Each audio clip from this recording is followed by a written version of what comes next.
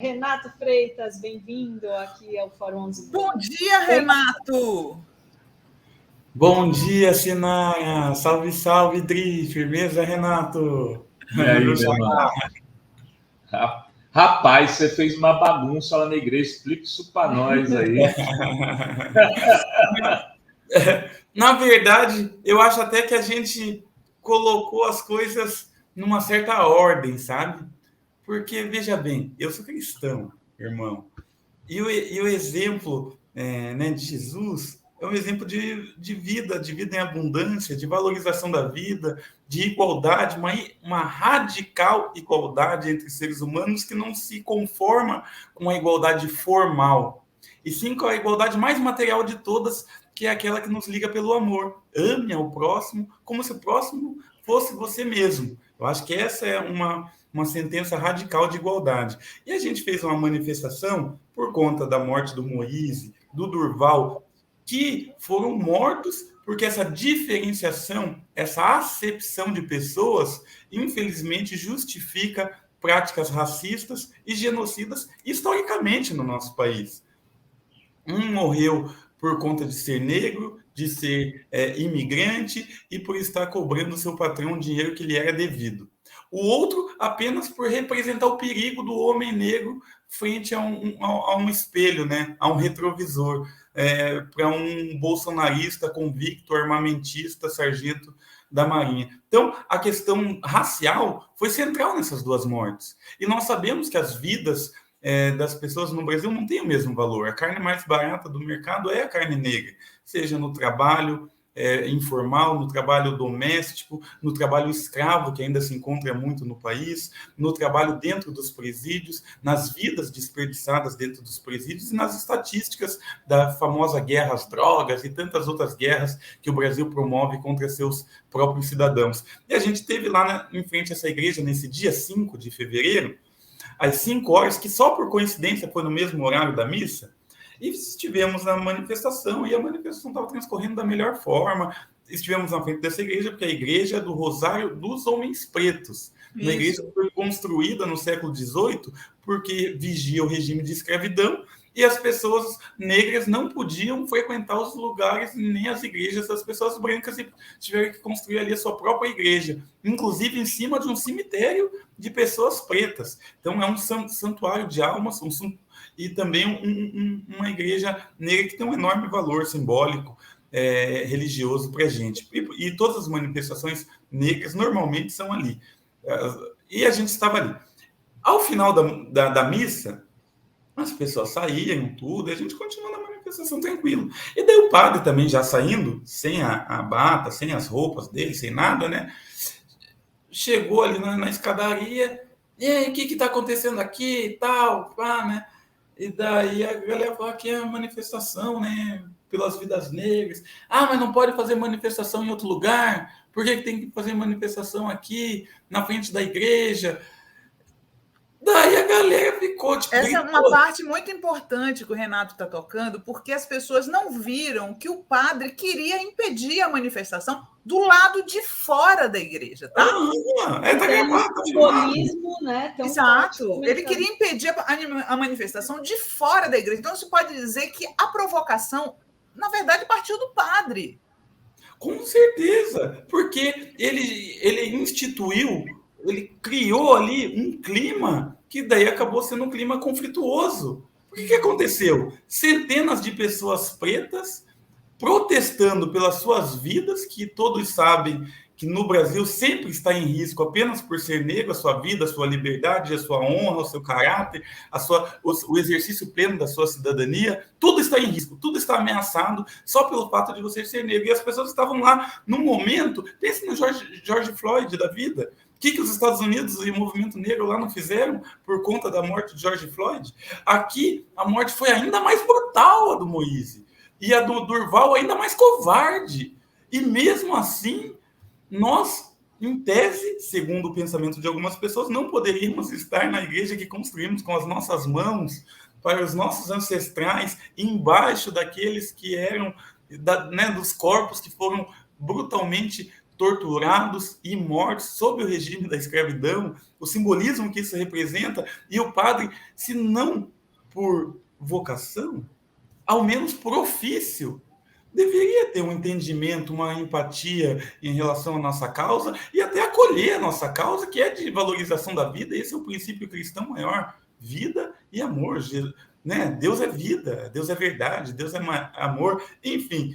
E daí o pessoal começou a falar ali, esse padre não valoriza a nossa vida, não entende o valor da nossa vida e tal. Daí alguém já falou, isso é racismo institucional, até porque a igreja realmente teve um papel de protagonismo, até eu diria, dentro do processo da escravidão, da expansão imperial, né, da colonização.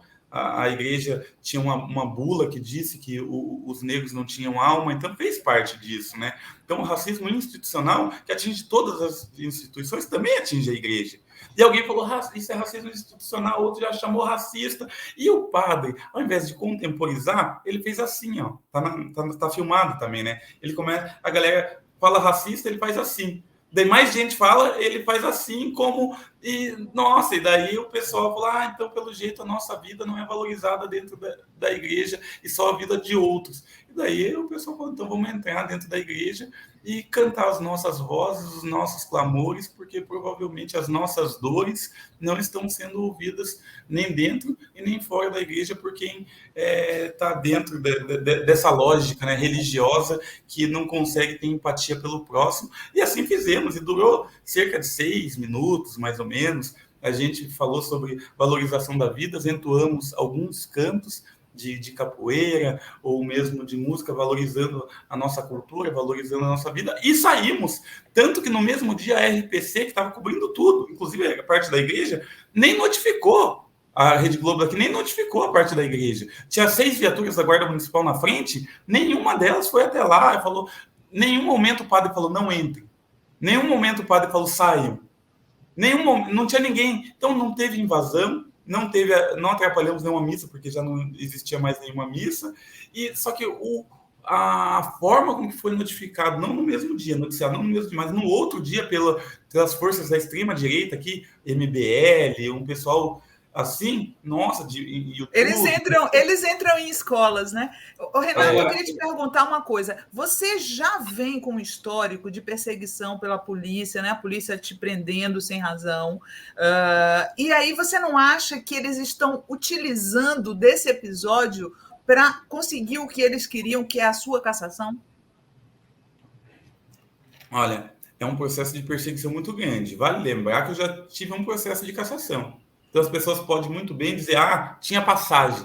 Não é assim que a mídia fala? Tinha passagem. Então, se morrer na próxima, ele era culpado já. Mas veja bem, o primeiro processo de cassação que eu sofri na Câmara dos Vereadores, no primeiro semestre do mandato, ano passado, foi por conta de eu ter chamado de charlatão e picareta a bancada dos vereadores pastores que levaram até a Câmara dos Vereadores um médico que mentiu descaradamente, dizendo que a sua empresa, de mais de 5 mil funcionários, GT Foods, não tinha, a empresa que ele trabalhava, mais de 5 mil, ninguém tinha sido entubado ou um quadro grave de Covid, muito menos morrido, por conta dele ter ministrado, receitado para todos os funcionários a ivermectina. E isso é uma grande mentira, porque a essa altura do campeonato, todas as pessoas, a comunidade científica internacional já tinha atestado a ineficácia absoluta da ivermectina, não só a ivermectina, mas também da ivermectina do chamado kit Covid. E a própria empresa que fabrica a ivermectina fez uma nota oficial dizendo, olha, o nosso remédio é para outras coisas, não é para isso.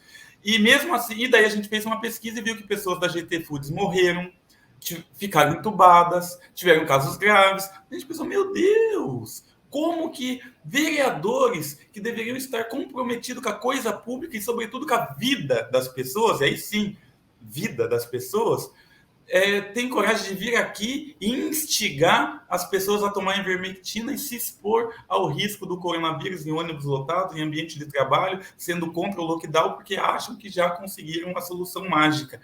E daí isso rendeu para a gente um processo de cassação e a gente foi absolvido. Esse é um dos fatos, né? Mas são muitos os fatos aí de perseguição. Eu fui baleado pela guarda, ó. Tem uma marca aqui na minha mão, ó, tá vendo? Ó? Fui baleado pela guarda, ó, tem um pedaço do projétil aqui, ó, tem a minha cicatriz, ó.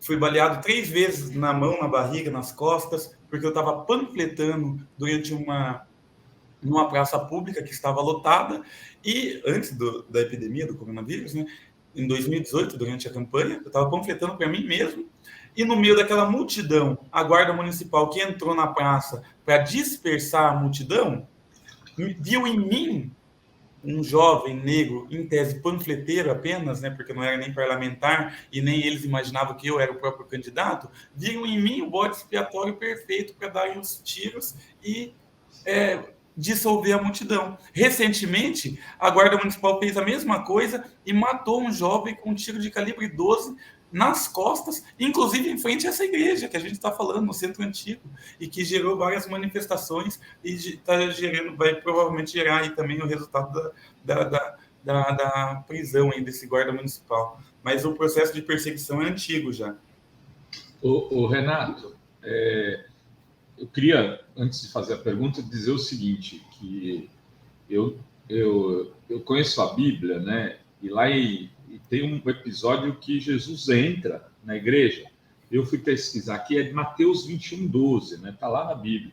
Tendo Jesus entrado no pátio do templo, expulsou todos os que ali estavam comprando e vendendo. Também tombou as mesas dos cambistas e as cadeiras dos comerciantes de pombas. Repreendeu-os. Está escrito: a minha casa será chamada de casa de oração, vós, ao contrário, estáis fazendo dela um covil de salteadores. Muitas igrejas, eu não estou dizendo que é essa igreja, mas são covil de salteadores no Brasil. De salteadores, inclusive, de mercadores da fé. E não tem ali o que é o espírito, né, que, pelo menos, tradicionalmente se diz que é o espírito de Jesus, né, a partir dos escritos bíblicos. Eu estou de acordo com isso e acho que a defesa que, por exemplo, foi feita pelo padre Júlio Lancelotti, de você e tal, também está dentro desse aspecto. Porém, o ex-presidente Lula falou, o Renato devia de falar, beleza, não é, eu fiz aí, entrei, mas não queria ofender ninguém. Meio que ele te pediu meia-culpa. E não só ele, muita gente aqui no chat está falando porque a extrema-direita vai aproveitar, vai usar isso contra a gente, vai dizer que a gente é contra a religião. Você avaliou isso? Você ouviu o que o Lula falou? O que você achou dessas ponderações? Olha, eu ouvi sim o que o Lula falou. Eu acho razoável essas ponderações no sentido de que as pessoas subjetivamente, intimamente, de forma profunda e honesta, né, sincera, se viram de algum modo ofendidos porque a gente entrou numa igreja e reivindicou a vida, né, as nossas vidas. Se essas pessoas se sentiram ofendidas pela forma, porque a substância do fato, né, a matéria, o conteúdo, eu imagino que não tem como ofender ninguém, né? A gente pedir a valorização da nossa vida. Mas se entrar numa igreja para fazer isso, ofender alguém, eu peço perdão a essas pessoas e também convido-as a compreender, né, o próprio evangelho, o próprio ensinamento, principalmente o ensinamento de Cristo, né, as boas novas, os passos que ele trilhou, no sentido de compreensão de que a igreja, vós, o Paulo já dizia, né, apóstolo Paulo já dizia, vós sois o templo de Cristo. E Jesus dizia, onde tem 2 ou 3 em meu nome, em nome de Deus, ali estará Deus. Então, a igreja, ela é movimento, ela é prática, ela é cotidiano, ela é a forma com que você trata o morador de rua, o garçom, a tua companheira dentro de casa, o teu companheiro de luta e, principalmente, a forma com que você se posiciona no mundo em relação à vida e ao amor. Então, Deus não está trancado, a gente não tem como prender Deus em 4 paredes. E em relação ao Lula, eu ouvi ele atentamente, mas fiquei triste também porque ele não me ouviu. Ninguém... Olha aí, Renato, o que aconteceu? Como que foi a verdade dessa situação? Foi apenas um posicionamento, porque a gente sabe que a gente vive num país cada vez mais religioso e, portanto, tinha que ter um posicionamento que abrisse concessões. E eu compreendo isso. Eu estou na política, eu compreendo isso. Mas também acredito que faltou um pouco mais de diálogo, mas principalmente a questão central no meio de tudo isso é a possibilidade que nós temos, de forma sincera e honesta, de debater o conteúdo concreto do cristianismo. Porque, olha, a gente está vivendo num momento em que mais de 70%, quase 80% da população brasileira se diz cristã. E, ao mesmo tempo, aqui em Curitiba é isso, 70%, 80% da população se diz cristã. E esses mesmos 70%, 80%, mais exatamente, mais precisamente 77,5% da população, votaram no Jair Bolsonaro. Essas pessoas estão aderindo ao fascismo, fazendo uma idolatria à morte, portanto, desvalorizando a vida e alimentando a discórdia e o ódio. A mentira, quem que é o pai da mentira? O mal, está escrito. E o governo Bolsonaro criou um gabinete que produz mentira a ritmo industrial, que é o gabinete do ódio.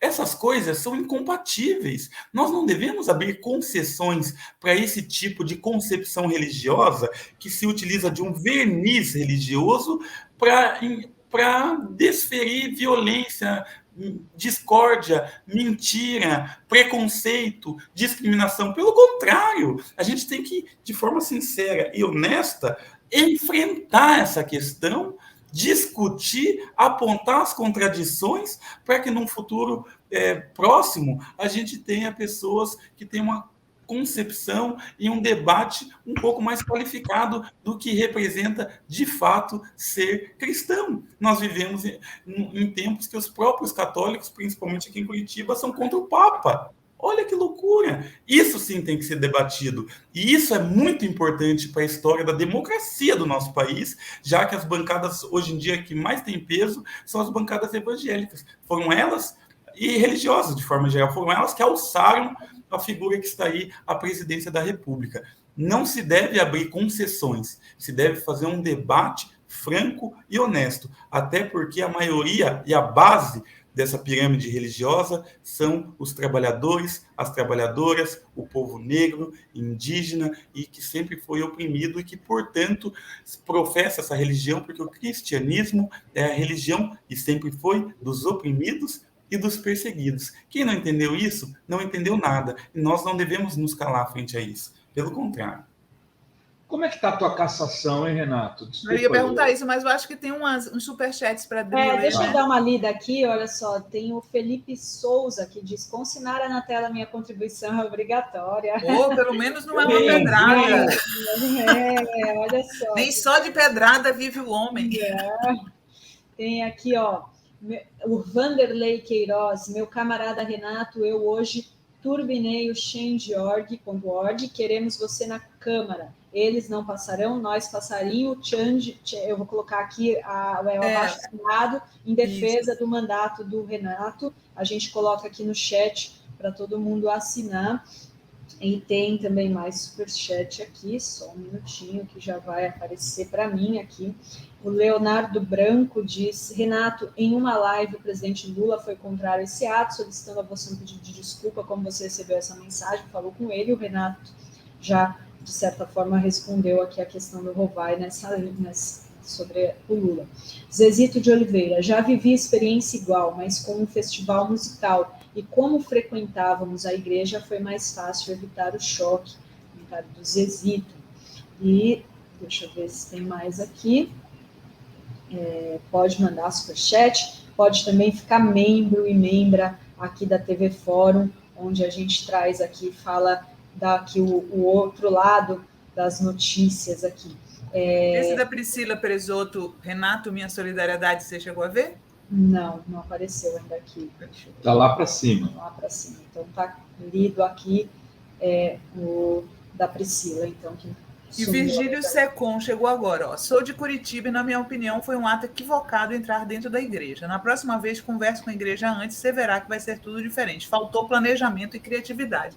Eu confesso para você, Renato, que eu sempre me coloco no lugar do outro e, assim, se fosse feito esse tipo de ato pela direita num terreiro de candomblé, nós não iríamos gostar, entendeu? Então, esse é o ponto que me causa incômodo, é me colocar que eu não iria gostar se fosse com a minha religião, tá? Então, nesse aspecto, eu entendo o pedido de retratação do Lula, mas acho também que isso não é o suficiente para cassar o seu mandato. Certo? Esse é o ponto. Estão se aproveitando de uma coisa que você pode questionar se você concorda ou não, uma cassação. E aí eu queria entender, porque assim, tem risco disso você passar, Renato? Você está se sentindo ameaçado mesmo?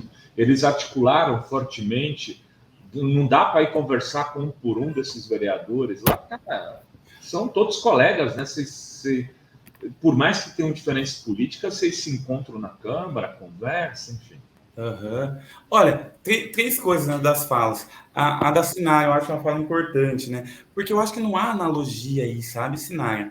Porque pense comigo, se é o povo de Axé, povo negro, que entra, porque a gente não invadiu, estava aberto, né? Que entra, não mexe em nada, não toca em nada, e entra num terreiro e entoa canções negras de valorização. Não, o contrário que eu falei. Não. Eu falei se fosse uma pessoa de direita. Perfeito. De direita. Perfeito. Não, perfeito. Esse que é o teu exemplo. Perfeito. Porque se fosse pessoas de direita, mas também de axé, porque a gente não está falando de esquerda, direita, a gente está falando de negritude. A gente está falando de negros. Então, pessoas de direita, mas negros. E que professam a fé da Umbanda, do candomblé. Entrassem num terreiro de Umbanda, de candomblé. Não mexessem em nada, entoassem cantos de valorização de suas vidas e saíssem, seria um acontecimento esplêndido, Sinara. Esplêndido. Por quê?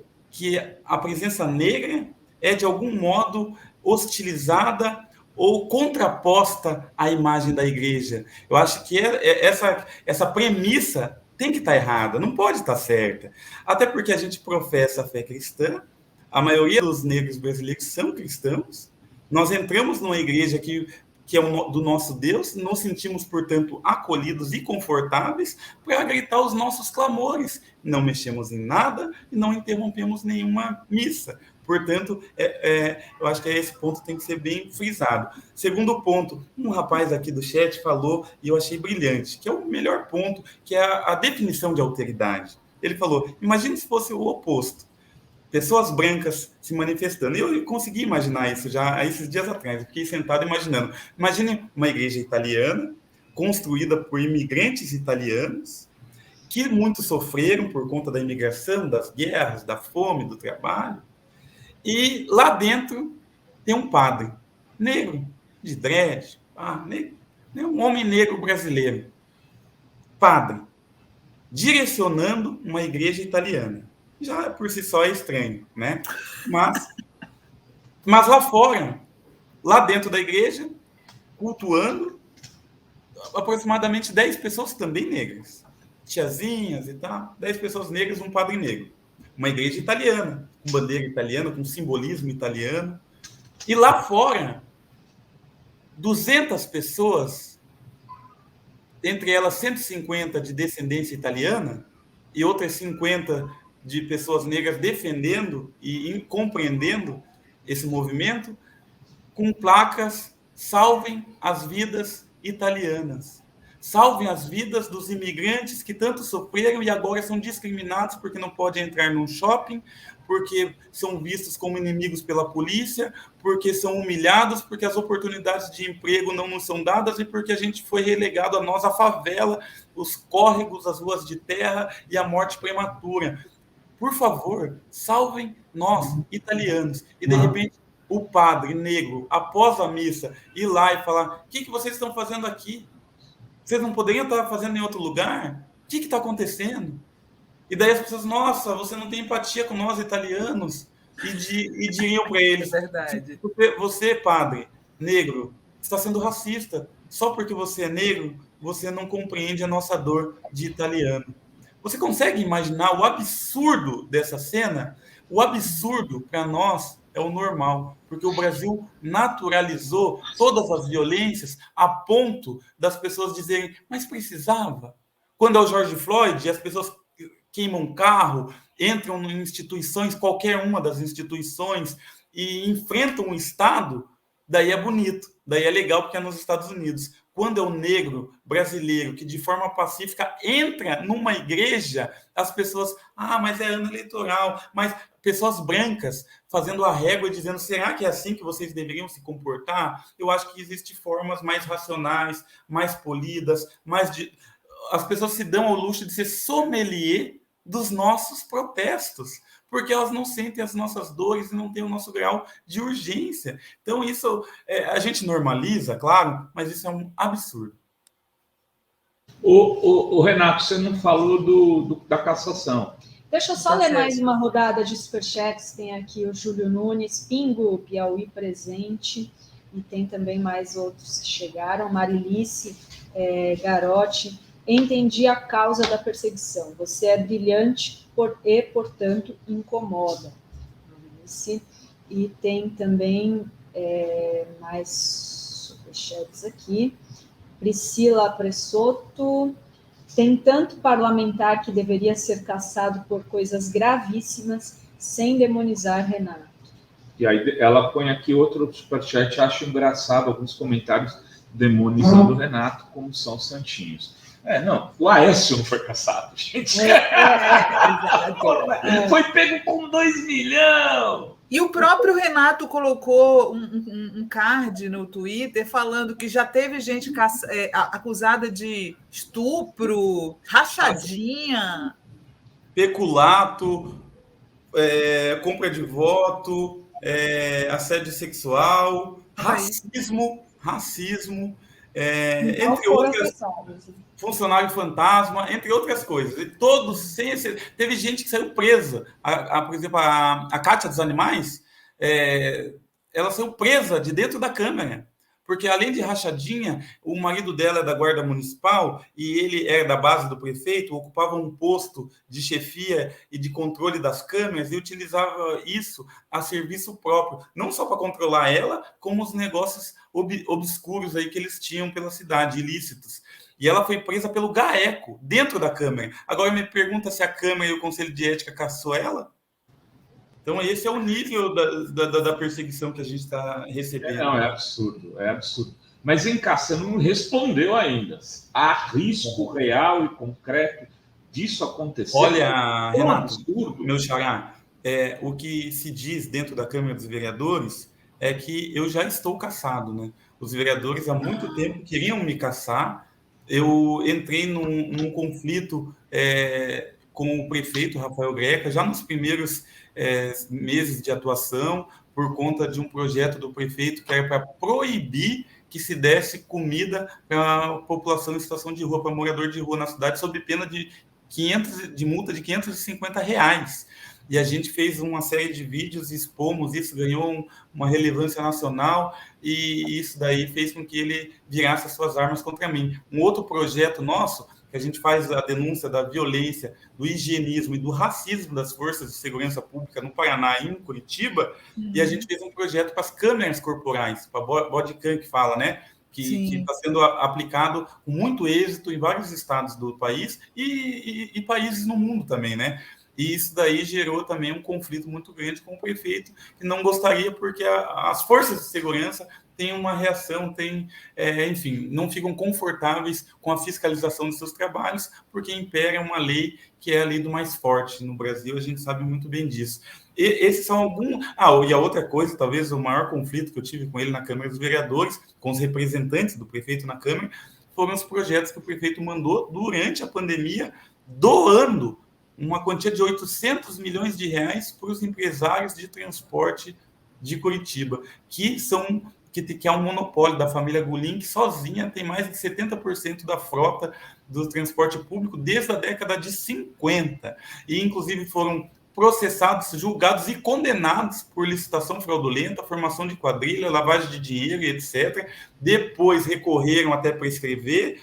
O Tribunal de Contas já deu a investigação e concluiu pela ilegalidade dessas licitações, e mesmo assim esse grupo econômico fortíssimo, de grande influência, dirige a cidade literalmente, né? Então, esses embates geraram essa perseguição, que no primeiro momento, que foi um momento que as pessoas, infelizmente, que é o momento da nossa fragilidade. E qual é? A falta de compreensão das pessoas em relação à urgência da nossa causa.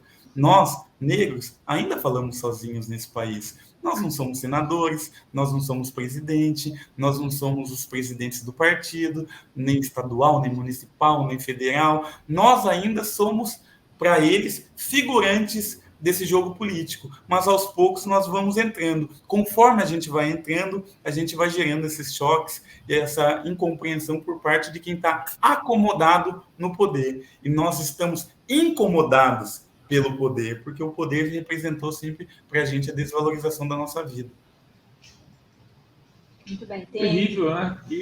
Uma situação preocupante, né, Renato? Porque você, sem mandato, você fica aí à mercê desses caras de perseguido, cara. Você sai candidato a deputado, Renato? Se eu for caçado, eu já era, né? Perde os direitos políticos. 8 ou 11 anos, sei lá, daí já era. 8 anos. Puta merda.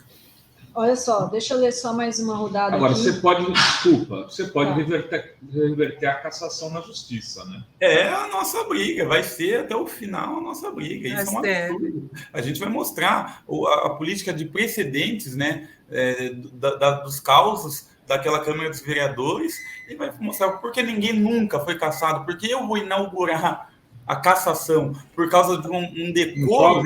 É uma coisa... É absurdo. Cleomar Almeida diz: estou indignado com este ato, isso prejudica muito nossos candidatos, esse discurso contra a Igreja Católica é perigoso. Cleomar. Priscila Pressoto: engraçado alguns comentários demonizando Renato, como são santinhos, entre aspas. Carol Maia: Renato, que delícia te ouvir, força.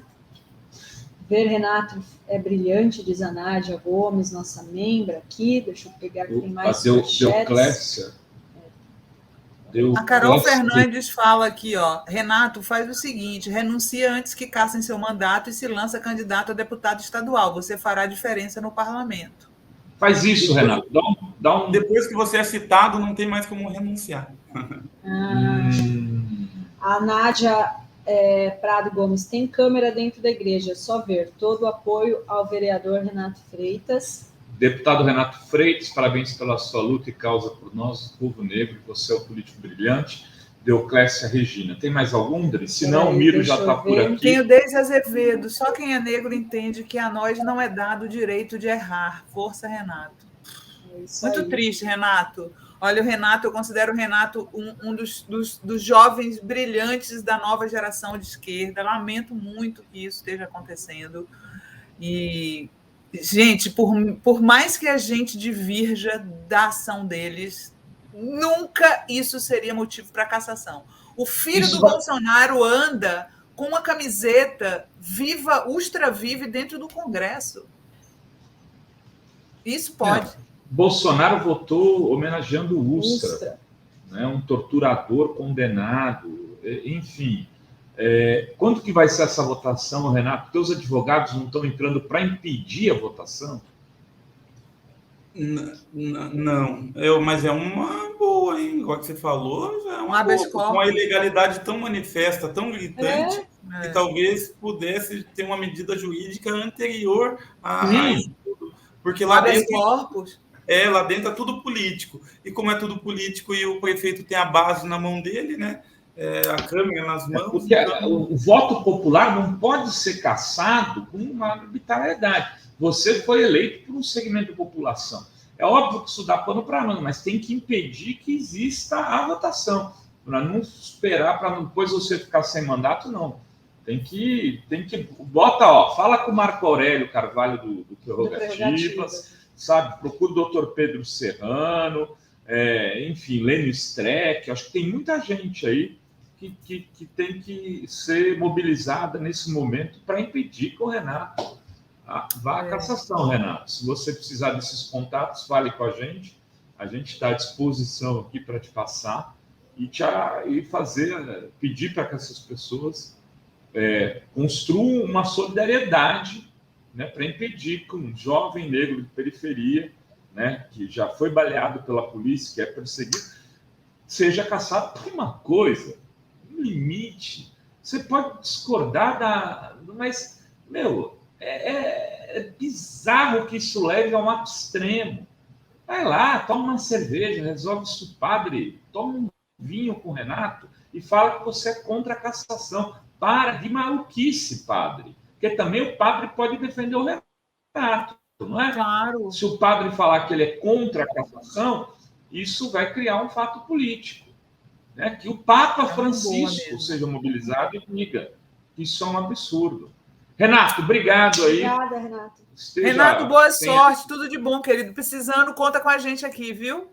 É nóis. Vamos na fé em Deus, nas atitudes corretas, né? O caminho é estreito, se fosse o caminho largo, a gente com certeza estaria sobre os braços da grande maioria e principalmente dos poderosos. Como a gente escolheu esse caminho que para alguns é incompreensível, mas para a gente é muito satisfatório. Então, só tenho a agradecer, obrigado pela oportunidade de falar. É nóis, um forte abraço.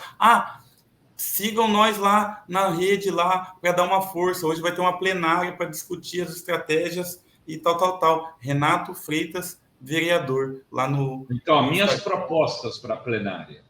Falar com prerrogativas. Mandar uma carta para o Papa, conversar com o padre e tentar ver se cria uma mobilização na sociedade religiosa brasileira em defesa do seu mandato. Renato, grande abraço. Obrigada, Renato. Beijão, Renato. Valeu. Tchau.